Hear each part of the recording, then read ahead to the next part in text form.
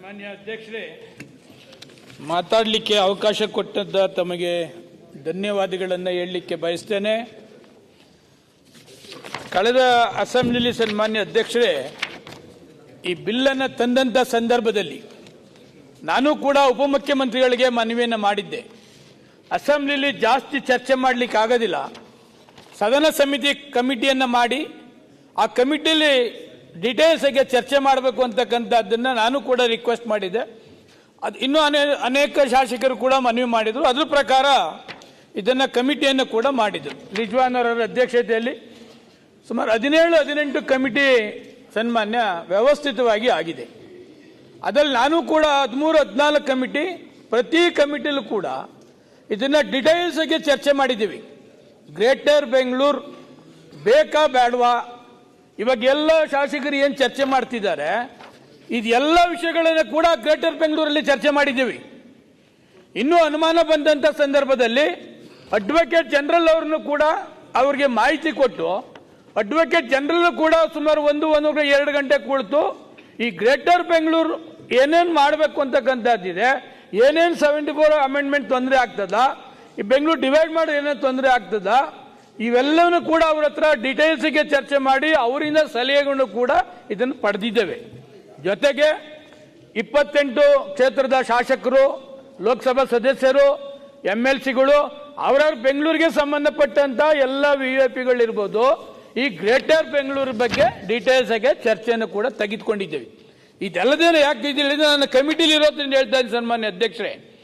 ಜೊತೆಗೆ 4 division, Bengaluru north, south, east, west, ನಾವು 2 constituency 3 constituency ಪ್ರಕಾರ ಒಂದೊಂದು ಪಬ್ಲಿಕ್ಸ್ ಒಪಿನಿಯನ್ ಕೂಡ ಕೇಳಿದ ಸನ್ಮಾನ್ಯ ಅಧ್ಯಕ್ಷರೇ.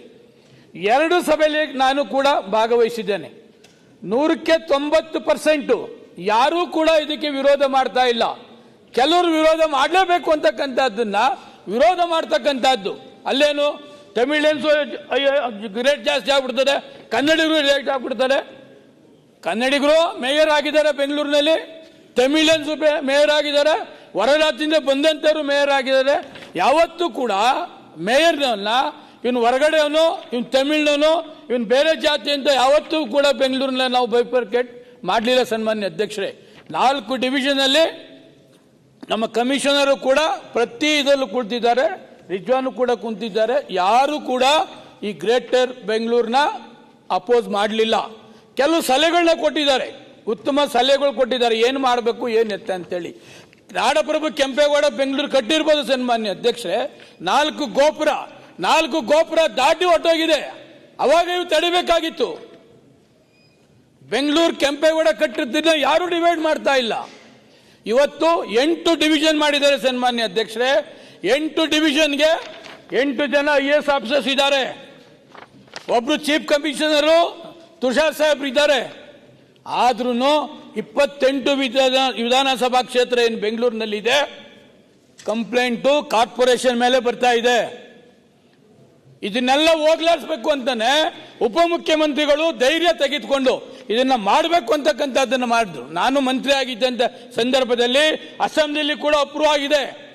ಎಲ್ಲಿ ಕಾರ್ಪೊರೇಷನ್ ಲಿಮಿಟ್ ಎಂಡಿಂಗ್ ಬರ್ತದೆ ಅಲ್ಲಿಂದ 1 ಕಿಲೋಮೀಟರ್ ಈ ಕಾರ್ಪೊರೇಷನ್ಗೆ ಸೇರಿಸಬೇಕು ಅಂತಕ್ಕಂಥದ್ದಾಗಿತ್ತು. ಇವತ್ತು 110 ಸೇರಿಸಿದ್ರಲ್ಲ ಸನ್ಮಾನ್ಯ ಅಧ್ಯಕ್ಷರೇ, ಅವಾಗ ಎಲ್ಲಿತ್ತದು? ಯಾರ್ಯಾರ್ದು ಜಮೀನಿತ್ತು ಎಲ್ಲ ಕಾರ್ಪೊರೇಷನ್ ಸೇರಿಸಬೇಕು ಅಂತ ಮಾಡಿದ್ರೆ ವಿನ, ಈಗ ಯಾರೋ ನಮ್ಮ ಅಪೋಸಿಷನ್ ಲೀಡರ್ ಹೇಳ್ತಿದ್ರಲ್ಲ, ತಮಿಳಿಯನ್ಸ್ ಜಾಸ್ತಿ ಆಗ್ಬಿಟ್ಟಿದೆ ಇಲ್ಲಿ, ಅದಕ್ಕೆ ಹೊರಗಡೆ ತಂದು ಸೇರಿಸಿ ಅಂತ ಇಲ್ಲ. 110 ಎಲ್ಲ ಸುತ್ತಮುತ್ತ ಹಳ್ಳಿ ಸೇರಿಸತಕ್ಕಂಥದ್ದು, ಎಲ್ಲರದು ಜಮೀನಿತ್ತು, ಬೆಲೆ ಬಾಳ್ಲಿ ಅಂತೇಳಿ ಇದು ಕಾರ್ಪೊರೇಷನ್ಗೆ ಸೇರಿಸಿದ್ರು.